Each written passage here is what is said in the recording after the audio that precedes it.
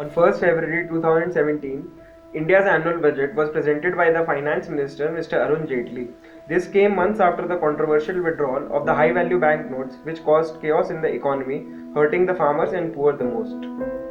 Although this new budget does not have any major highlights, but it has been able to please a majority of the working class. So how does the new budget look like? Let's dive into a few points regarding this new budget. This budget has been a pro-farmer budget, focusing mainly on the rural economy. India has always been a country which heavily relies on monsoon for farming and agricultural practices. Last year, India didn't have a very good monsoon. In such a case, a budget which focuses mainly on the farmers and the rural parts of the country is a perfectly timed move. Funds have been allocated to bring more irrigation, roads, electricity and sanitation to the villages. To increase the employment, National Rural Employment Scheme or NREGA has received an allocation of Rs 48,000 crore, which is highest till date. Under this scheme, every rural household is guaranteed 100 days of work each year. In the year 2014, when Narendra Modi's government came into power, it promised that the rural incomes will be doubled during its 5-year tenure. Standing by their promise, Finance Minister Arun Jaitley has recently said that the rural and the farm spendings will be increased by a 24%. The second part of the budget is focused on the subject of taxation. Under the annual budget, it has been planned to halve the tax rates for the people earning between Rs 2.5 lakh to 5 lakh.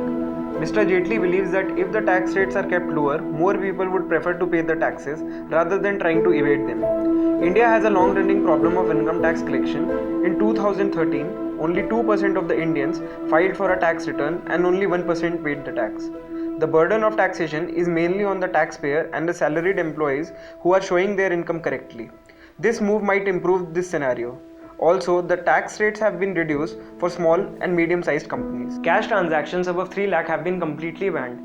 New reforms have been introduced in the field of political fundings, such as now there is an upper limit on the amount of money that can be donated by a single source to a political party. The government has been able to please the Indian middle class by reducing the tax rates.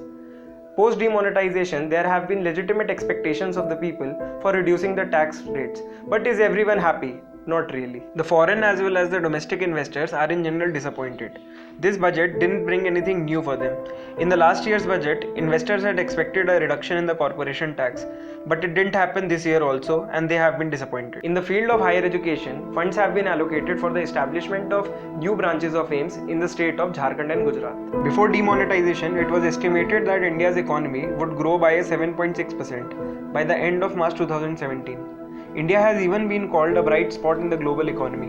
But after November 2016, India's economy has taken a jolt, as the growth rate has tumbled down to a 6.5%. Although Mr. Jaitley believes that the decline in the growth rate due to the government's cash crackdown would wear off soon, he has also admitted that the rupee withdrawal has been bad for the economy in the short term. India has been a major contributor to the world economy for a long time now, so it is not a matter of surprise that the India's annual budget has caught the attention of the global media. According to the New York Times, Modi government is trying to spur an economy hard hit by its cash shortage.